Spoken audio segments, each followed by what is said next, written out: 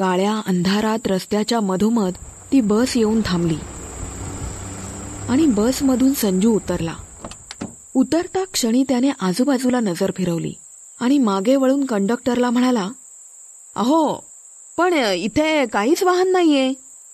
वाहन बिहन काय बी मिळत नाही इथं. 1 किलोमीटर इथून वनातून आत चालत गेलात तर तुम्हाला गावाकडे जायचा रस्ता गवल. बस निघून जाताच त्या जागेवर मिट्ट काळोख पसरला. कान, डोळे आणि पूर्ण त्वचा सुद्धा अगदी सुन्न झाली होती. संजूने 1-2 मिनिटं थांबून सगळीकडे नजर फिरवली. त्या अंधारात पाठीमागे त्या सुरूच्या बनातून त्याला एकट्याला चालत जायचं होतं. मागे अंधारात उभी ती झाडं संजूला आपल्या दिशेने हात करून बोलवत होती. ये, आम्ही तुला काहीही करणार नाही.